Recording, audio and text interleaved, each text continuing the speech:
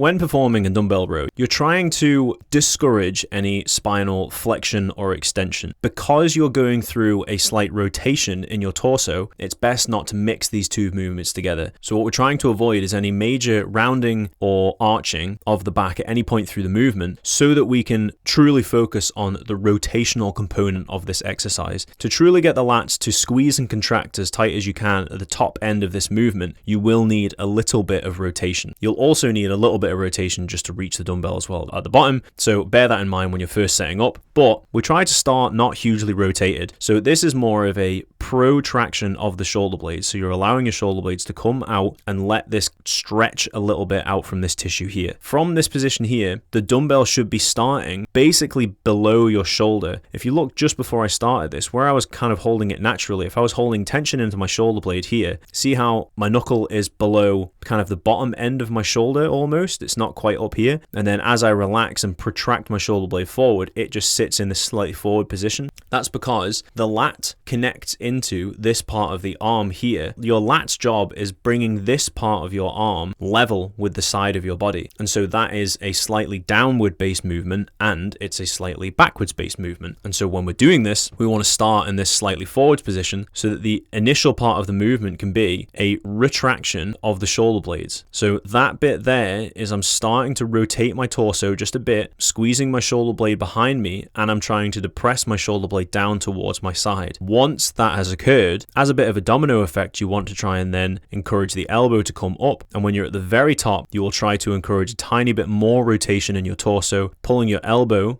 into the opposite side's back pocket to get a good squeeze on your lat at the top. And when we lower down, we try and reach forward again. So you're almost creating like a bit of an arc in the movement. It goes from the forward, it comes back to the side, and then comes up towards the torso. It can help as well to have this foot wide and out to the side from a stabilizing perspective, and this hand, for me, I feel it's more comfortable on the edge of the bench, because these are the two points of contact that are doing most of the work from a stability perspective. This one is obviously doing something, but these two will typically feel a little bit more force. Your hand in particular, because that's where the only part of your upper body that is tolerating the load. If you can row the dumbbell up, but you can't get it this high, you can't get your elbow above the height of your back, then it's probably that the weight is too heavy and you can't use the correct musculature to row the dumbbell up. And instead what you're doing is you're using your bicep and potentially even using your trap to get the dumbbell up towards your chest. If you feel that as you row up to here, this part of your shoulder rolls forwards, then that is fake lat activation. Because when we get into times like this and our brain is thinking about the objective of getting the dumbbell up, it will do whatever it can to get the dumbbell up. And so one of the ways that that can happen is the shoulders are round forward and use our trap musculature. Because for people who aren't used to gym-based exercises or aren't used to isolating exercises,